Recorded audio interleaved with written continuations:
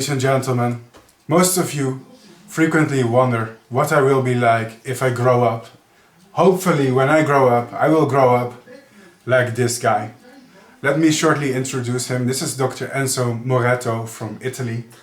He is a quite well-known entomologist, and today I have the privilege to interview him for my YouTube channel. He and me are working currently on the same project. What project is this? I cannot tell you yet. That's for a different moment later. But what is interesting is that today I have the opportunity to interview a really experienced entomologist. I got to know him over the past few days, and it's clear to me this guy has some secrets that we have to record for YouTube. I have some questions here, professionally written on a chocolate wrapper, as you can see. And we are going to ask Dr. Enzo the questions today. Well, the first one is pretty easy. Please explain to me an introduction, who you are and what you do. Of course, I already know, but for the people who are watching and don't know you yet. Actually, director of insectarium in Italy. That's I realized that the name is Zapoli, it's an institutional insectarium. It was formerly, before was a silkworm station. It was very old tradition in Italy to have such a breeding. It was transformed in the building in insectarium by me, and so it belonged to the province of Padua. But before this, I'm still working with. I realized the first butterfly exhibition, living butterfly exhibition, Butterfly House in Italy. Inaugurated in 1988, but I realized the problem when I was 16 now. So. It's a quite long time ago. Okay, so Mr. Enzo here has a lot of experience also in the butterfly and moth breeding industry as well. As he tells us, indeed, he has also worked in butterfly gardens all around the world and even helped design them. I thought it was pretty impressive. So my second question to you would be, what achievement are you the most proud of? Well, when I was younger than you, but still with a very clear idea, I wish to realize a butterfly exhibition beside the bee searcher and so on, and then become director of the museum. So that's my desire were realized. Now I try to realize the desire, the dream of other people like you. Mm-hmm. But you tell me you were one of the first people with a butterfly house in the world, right?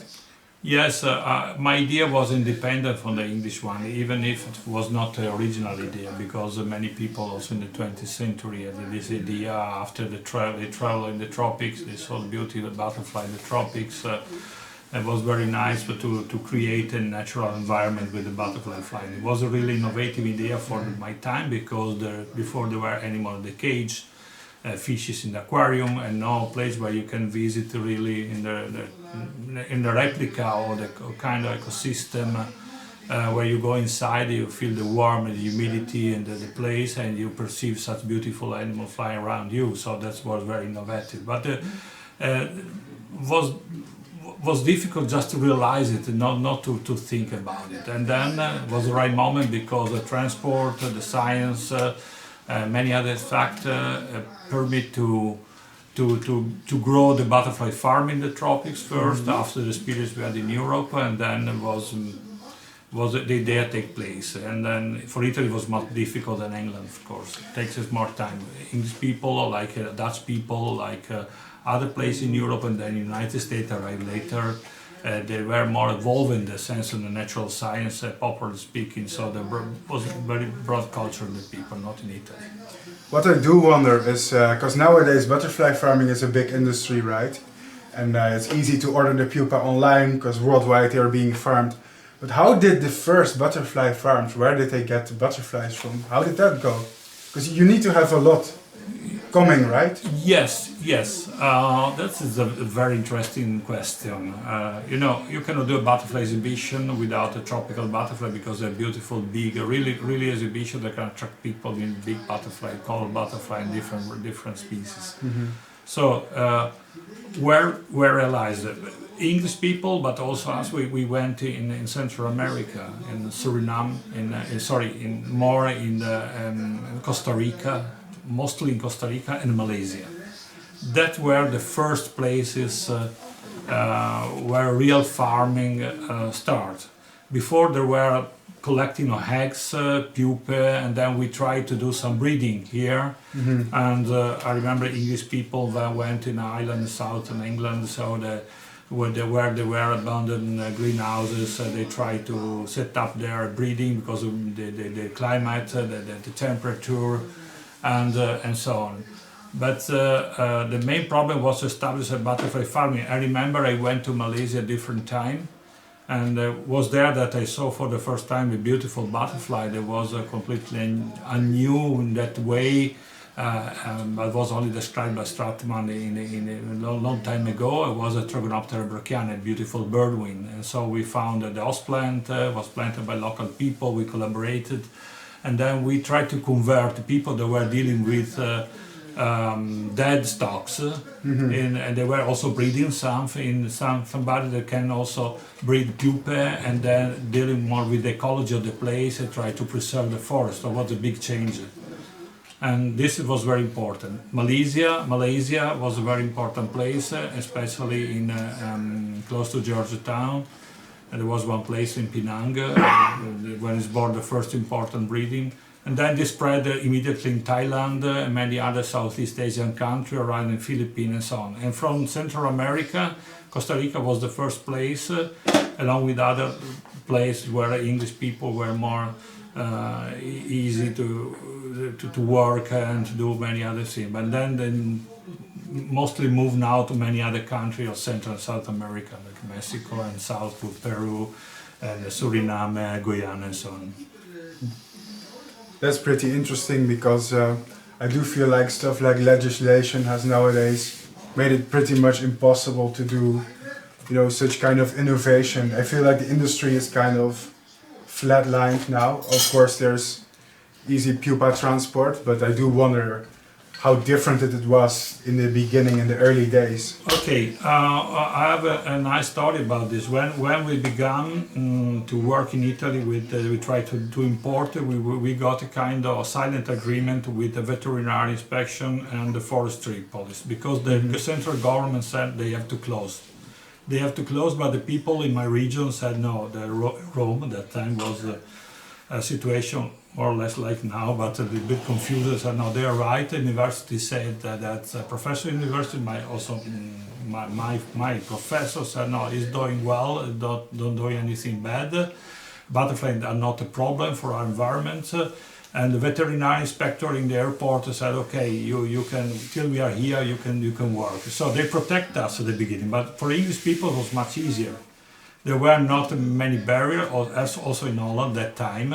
But the legislation and law just grow up, and they try to say, okay, we are not a single state, but we are Europe. Europe need the rules, need the veterinary inspection, need the certification. So we move, of course, to provide also this document. So farmer grow better where there was a lot of butterfly species, different species, a big bulk of butterflies. So we make convenient to do all this regulation, pay a lot of money to export. So this is still a big problem. And then another problem is the fast transport. You have to do cargo, and then after cargo you have to move with a local post or carrier, and they say no, we don't want to transport a living animal because a lot of motivation, they can die, you can have a problem, animalist and so on. Yes. And so it became that we go as a group together. That time was a IABE, now the IABE's association, including also big museum international level. And some of us become also important person in the government, especially in the United States. We convinced the IATA, the international association that is a government of the rule. They put a rule on the transport, also the fly, to change the rule for the butterfly. So agreed, the butterfly are transported with a certain document, origin certificate, invoice, inspection at the beginning, inspection then. So still now the situation is like this now, especially for Europe. The first living animal arrive in any part of Europe, they have to do all the document and they have to be transported inside. So we did a lot of work. People don't know this. Now the import butterflies seem easy, but was not easy. I understand. It's pretty interesting to think about that. During the beginning days, you know, there was like endless freedom basically to do whatever you like. And I do feel like, well, it's not a bad thing because of course the law, it also helps protect against certain threats like smuggling.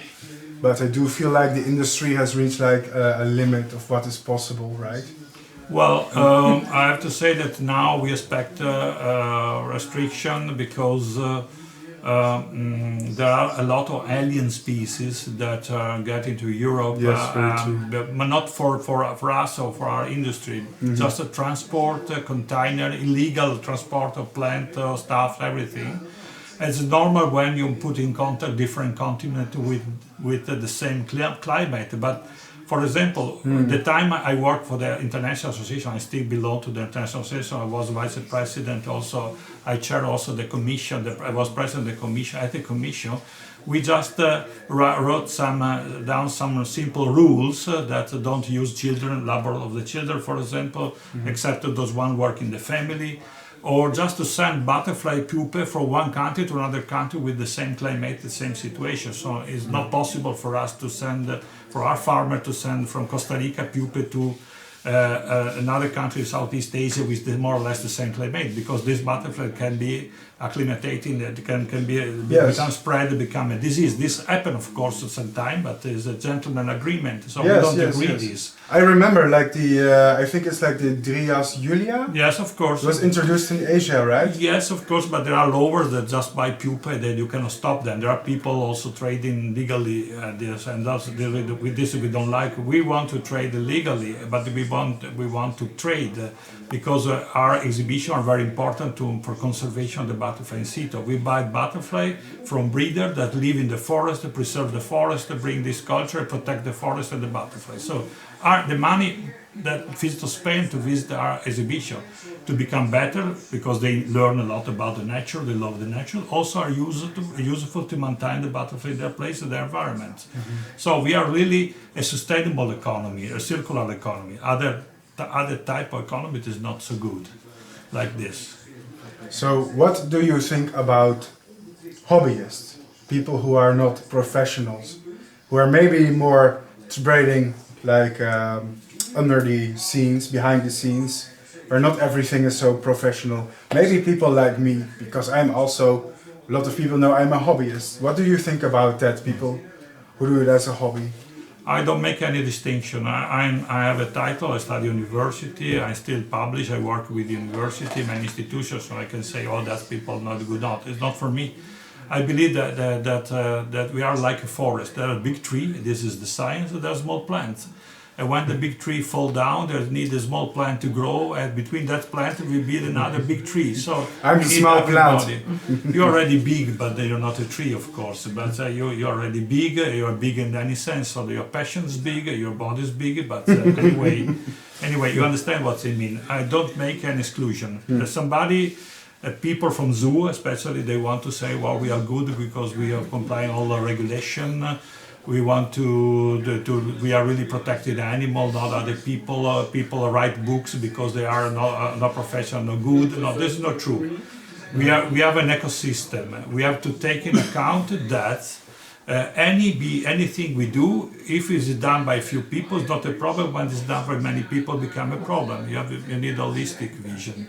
So everything is done by many people like a mod is not good. We have to take into account what we do now. We are many in this planet and we have to take responsibility in what we do. And when we see that this is nice, it's good, it's stable, I can give information, and that to say the nature is good. It doesn't matter if you're a scientist or not. No. Oh, that's strange, because I always have the impression that when you're like an amateur, like people do try to push you out of the industry. Yes, they don't like people who want to get to start anew, if that makes sense. People who are not established. Well, everybody tries to protect their word, their position. Of course, they want to give a space because they invest a lot. A lot of people did invest in certain direction. They have success, After that, the world is changed. They don't want to lose. So they want anybody is born after them, and they take their different direction. Maybe become more successful. And they just say, okay, I worked all my life, a lot of time I study for nothing. But this is very stupid. You cannot stop this. You have to accept this. You have to change your mind a little bit, or leave the people go on. Don't put barrier because you have a degree, you are a professor or something like that. Just see the fact. People are doing well, are doing good research. We need also these people because the world is sustained by people, not only by scientists. Scientists have to speak with the people that are ignorant, not stupid, ignorant about this. They have to convince they're doing a good job. That's very important. So everybody is very important in this chain. Everybody has influence on the public opinion too. Is the same important, even sometimes more than scientists themselves. So my next question is, why did you choose to study insect? Oh, that's a good question. I can give a couple of answers that in my mind is maybe because in my family there was a humanist, I became entomologist. There was the two humanists were too many. And the second, because I'm born like this. I have to say born like this? Yes, I sure that a little bit I'm born like this. Because I'm born in a small village, but in the center of the village, and there were not... the name of the road where I born is Via Roma, is Roma Street, so it means that the central road. When you're young, you cannot move very much. I felt like in the prison, not natural around. All the time I was able to read the natural, read the wood. I was able to go to my grandparents, maybe they were living countryside. I did enjoy the grove's weight and happiness. It was my dream to stay in the nature and in contact with nature, that's for sure. And also, I really don't have a very good feeling with bird, mammalian, like insect. I like very much them, but not like insect. I don't know why. I love arthropod, the micro world, and so on. Yeah, it's the same for me. You know, I can tell you something. The most successful entomologists I know, they're all born with this. So I agree. It's not really a choice, right? Yes. For me, it was not. Yes, like, for me too. I was like a baby or toddler. I was already grabbing the small insect like that. So yes, I can say that since I now have a responsibility, I manage a museum project. I go to national television. I make projects for an important institution. That advantages me. That I did the technical study at the high school, at the university, agrarian university. I also know the economical side. But I'm poor naturalist. I don't like very much. I do it, but I learn also how to manage the economy. Yeah. Otherwise, if you only focus on the insect, what you love, you lose the world around. Maybe you cannot have success because you cannot finance your project. I think I may be one of the people who lose the world around. No, for sure not. You are very good. I can tell you something that other people can enjoy this information. That you, for sure, are doing your best, what you like. You have to continue to do this because really you are perfect in this role. And not many people endorsement. And not many people have this passion like you. And don't try to find other road, other way. Just continue to do this. I will be your sponsor too. Okay, well you heard it today, guys. I'm bad with taking compliments, so I'm not sure what to say except thank you. Right. The next question is, you did a lot of research in your life, right? Well, I did quite a lot. Yes, but that's not the question yet. What was your favorite research? The favorite thing, your favorite study, something you published or discovered, if you had to pick one? Well, I can say it's not really a research, but to be part of an important group that do research that can be compared with pure science. Like when the physics study the black holes, for example, they study something very far in the universe, very basic.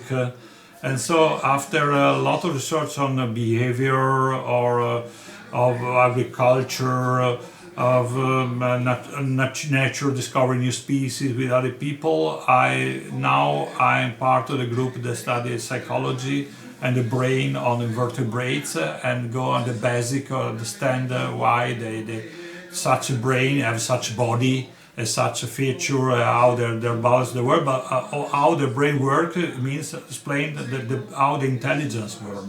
And so that is very intriguing for me. I don't know if that the people now listening or watching us, they expect this answer, but really this catch me very much. You have to look in the eyes of the saltitchid spider, for example, just to have this, or the eyes of the mantis. Even also, you check also the beautiful eyes, false eyes on the mouth that you like. The drawing on the wings. Butterfly have nice eyes too, calico with the stripes. Yeah, you understand the psychology of the predator, the psychology of the insect going through also that color, because the butterfly are like a book, open wing. When you open the wing of the butterfly, you close the wings, just open the book, wrote in the different language that we use. I understand. That's pretty interesting to think about. I know, for example, that the eyes of some species are specifically tailored to see for example, you have crepuscular species who can only see in very specific light conditions. But also the color vision is really different per species, because I believe some butterflies can see red, yellow, most others cannot. They only see green, blue, UV. So their perception of the world, it's not something I usually think about, but now you mention it. Per species, it must be really unique, right? So. Well, the perception of the color in butterfly is a very complicated process, but usually basic color that you said are very important. Red is a secondary acquisition when it's needed.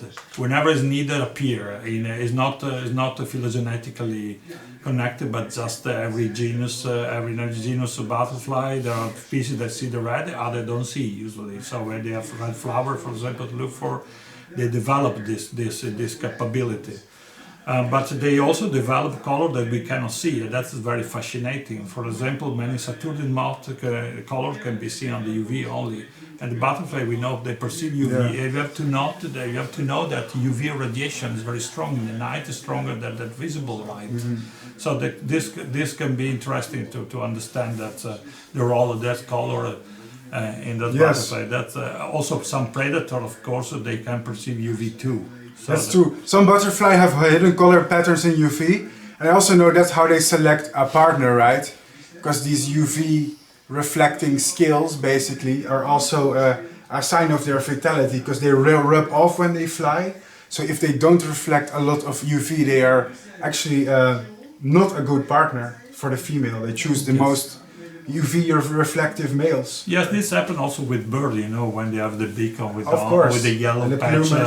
Especially the face, they have a yellow patch or orange patch that means carotenoids are good, so that means they're very healthy. When they're not healthy, they go shedding, so that they fade, and the female can understand that the male is not very good, so they don't select it. But also, your good UV reflection means a good alpha. We test this in morpho a little bit. We try to breed morpho butterfly in different plants. We saw that come out a different male with different size, and more dark and more blue. And we understood that these were more healthy, and also I don't know how it's connected yet to this situation, but maybe also the perception of the specimen comes from the color and the drawing of the butterflies too, like birds. I heard that the newest research revealed that the wings of the butterfly can also polarize light, and their eyes can see the difference between normal and polarized light. Yeah, so they recognize each other in the background. Yeah, this is very interesting phenomenon. Of course, when there are structural colors, the light is always polarized because it's a physical.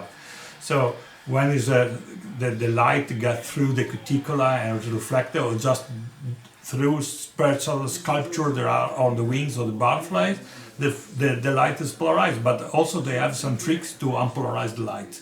So they have a second layer of scale that manage to open or close the row of the light and disperse, of course, this or change it. So they have a lot of tricks to stay in their environment. So just as I did before, the blue morpho do this, and the span of the species, you have a species that's less blue or more dusty blue or more bright blue or reflecting just like flash, depending on the place where they live, and the scale overlapping those one make this effect, just do this effect, just to change they really handle the row. That is very nice. It's very interesting, and they produce all the color without chemistry. That is important. Also, another important message. You do know a lot. Every question you ask, boom, ton of information, which is good, by the way. Yes, I appreciate so, that's why I have prepared one question that is maybe a bit more unusual. What do you think about social media, or people like me who work on social media? I love maybe you can connect it to entomology too. What do you think about this new development? I love social media because I love anything is make us possible to communicate and change information. What I don't love is how people do social media. So all people do social media. That is for every kind of media. That's true, man. That's the kind of book. How the people use them. So there's not a problem with social media. We have to accept social media. I love social media. If they become too invasive or too stupid, it's become because we are invasive or stupid, not because it's not a fault of social media. Yeah, that's 100% true. I love them. You know, I've talked to some professors before who, when I say I do YouTube, they're like, ew, you know, that's they don't want to be associated with this stupidity. That's really a shame because 80% of the people below age 30 get all their information on YouTube and Google. But of course I'm happy to have this answer because I'm a YouTuber. But I think for a professor, for a doctor, you are a progressive thinker. Because I think many of your colleagues would not say the same. Yes, but there's a very beautiful sentence in our song in Italia, Fabrizio De André, that's from diamond born anything, from manure born flowers. Mm-hmm. Manure born flowers. That's a good analogy. Okay, next question. Let me take my chocolate wrapper. This is a very simple one. You have seen and experienced a lot of things. More than maybe I can ever dream to see when I am your age. What is your favorite species or favorite thing you've seen? Maybe an experience, or a certain species of butterfly. If you have to choose one pinnacle moment. Well, okay, there's a lot, but one is really fascinating me, and you should know, or you hear maybe that Bhutanitis, that Papilioni, the butterfly, live in Bhutan. And there's one species that was really recently discovered. I've been there, and we are I hope to go there again because I've been in Bhutan and collaborate with the people.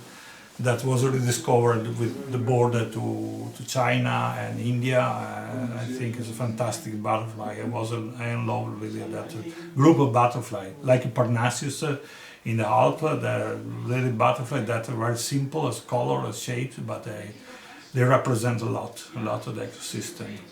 Bhutanitis, Gloria Bhutan, and so that they're really beautiful butterfly. That's the one for sure. Other one I remember, I really got a big emotion when I was in Peru. I tried to find not very rare butterfly, not quite difficult to see. It was a Morpho Helena, Morpho retinor Helena. And the situation was quite difficult because in the place where this butterfly was living, there were rebels and the military stopped me. I was very sad because I wasn't able to reach a real place where it was flying, but the butterfly decided to come to me. And so at a certain moment you see, you want really to see these beautiful animals, and I just see a blue flash on the sky.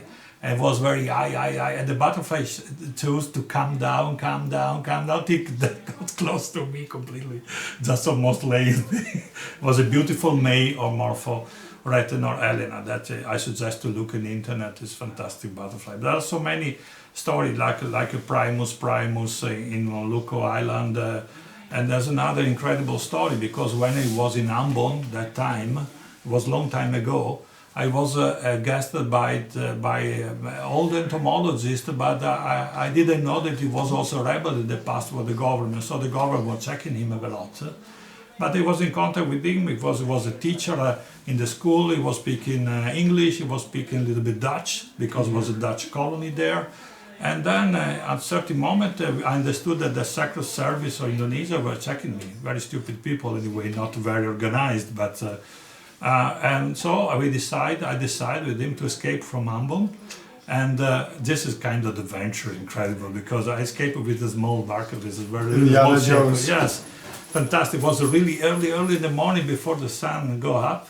And you know that with the small engine we go to Saram. That at the time it was only expedition of British Museum inside. There were nobody except a few villagers with a problem with the typhoid fever. So also feeding was a problem. And you can imagine a beautiful archipelago. You can imagine Wallace when he was traveling there in archipelago Malayan archipelago. He wrote this book. It was the same situation. And the flying fishing come out of when you was moving and jumping out from the water.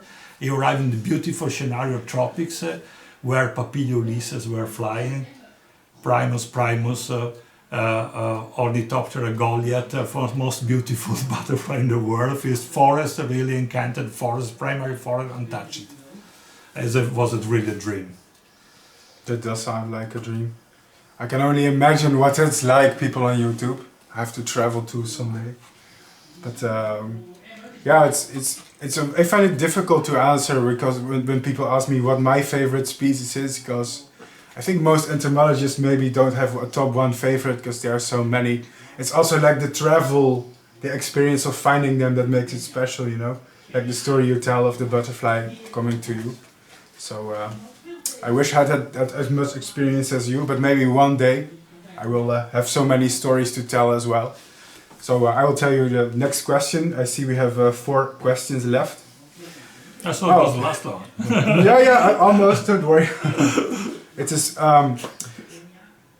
what makes somebody an entomologist? Because I see online a lot of discussion of who is a true entomologist or not. Because you have the amateur, people who like to make pictures, people who breed the moth, people who are academics, who publish, who do the science.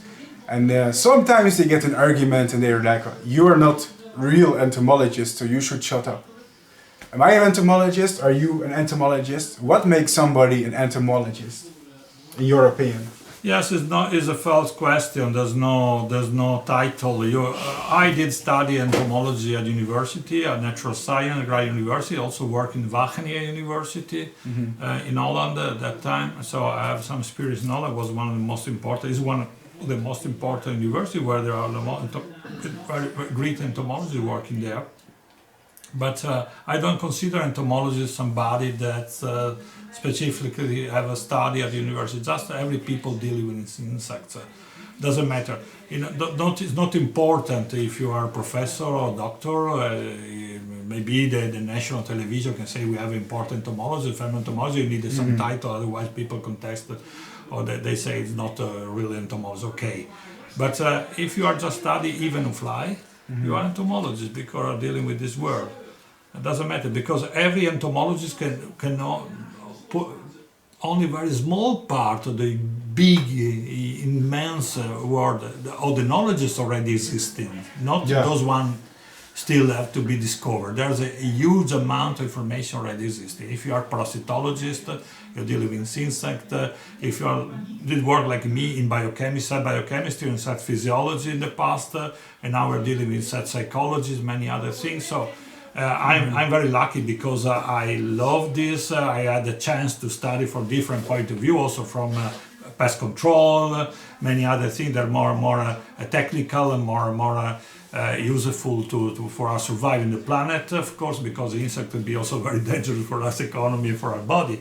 But think about mosquito. If you study mosquito and malaria, you're an entomologist. Of course. I do remember one famous quote. I don't know who said it, but maybe it was Darwin. He said the true entomologist doesn't exist just because it's so complex, so big, you cannot understand everything. Of course. I thought it was interesting to ask you because I see you as true entomologist. Maybe. I spent a lot of my life in doing this. I don't know if it's good or not, but somebody say yes, it's good because they realize something that weren't existed before. So I consider myself entomologist. Okay.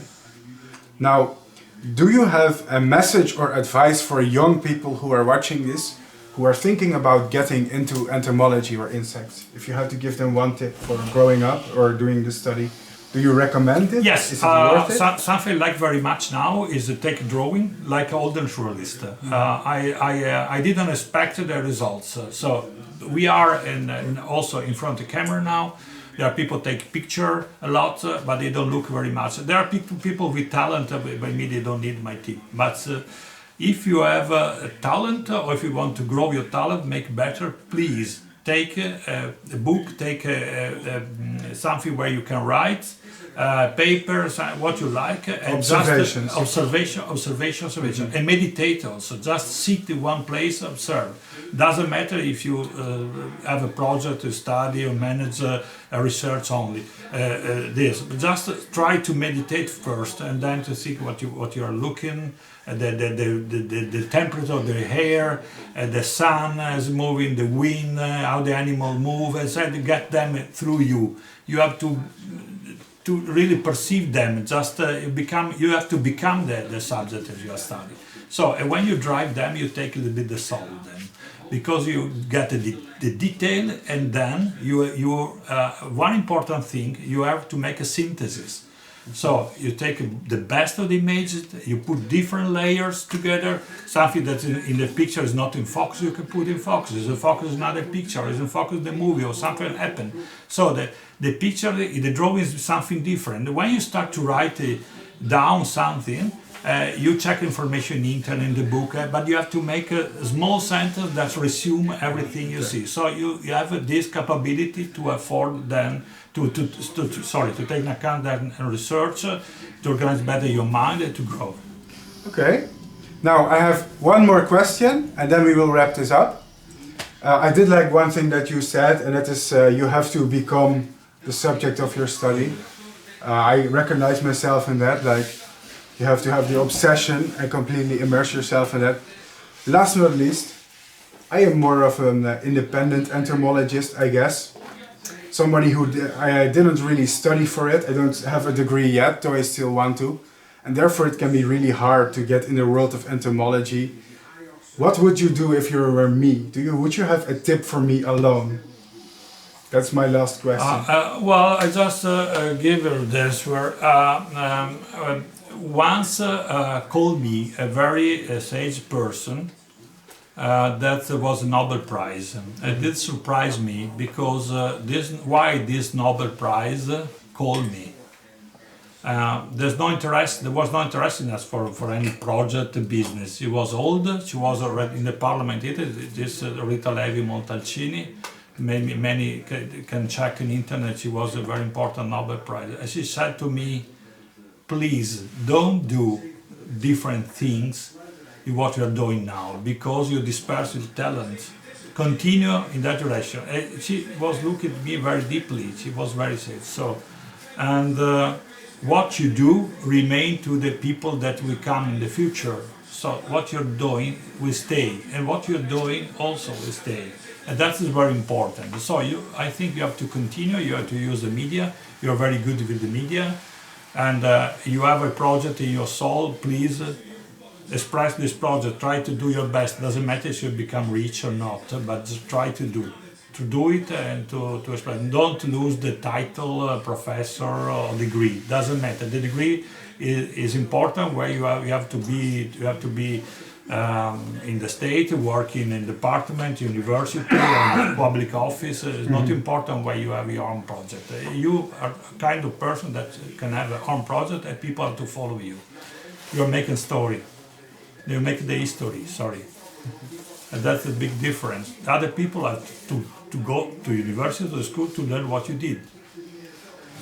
Well guys, you heard it today. A doctor telling me I should continue doing YouTube. If that isn't an endorsement, I don't know what is. Yes. I think we're going to wrap it up today because it's late. We also have to go to bed, but I would like to thank Mr. Enzo, look, shake the hand. COVID. Yes. No, COVID 1.5 meter rule. We just tested. Thank you very much for your time and your answers.